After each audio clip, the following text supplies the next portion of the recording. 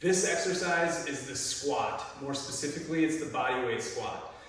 There are a lot of ways that we can perform a squat. There are a lot of variations, a lot of modifications that we can make to make them easier, a lot of ways that we can make them harder. But this is what I would consider to be a baseline, kind of middle of the road, basic movement pattern, non-loaded squat. So what I would suggest is to spread the feet roughly shoulder width apart.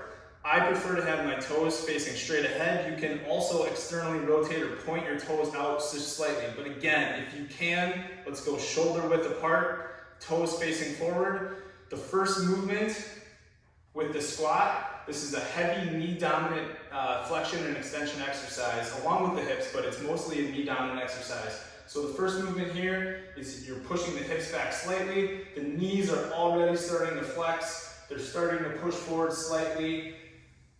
The hips are dropping down.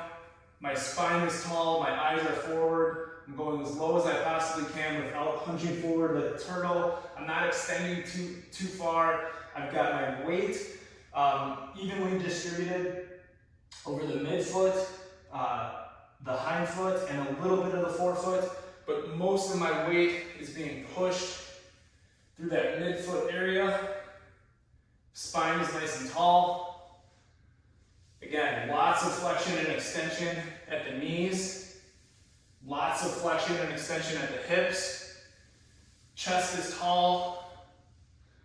As I return to the top, I'm pushing my hips all the way forward, so I'm back to this standing position. Again, dropping my butt down towards my heels. This is the body weight squat. Again, from the front view, shoulder width apart. I'm squatting down. You don't necessarily need to do this with your arms as I squat, but I'm not sure what else to do with them at this point. Just trying to give you guys a good view. This is a body weight squat. Very basic movement pattern. You probably do this 50 times a day and you don't even think about it. But we can train this pattern, we can strengthen this pattern, expand your capacity in this pattern as we explore other squat variations, and it's a great pattern to be strong, mobile, and have good capacity with. So that's the body weight squat.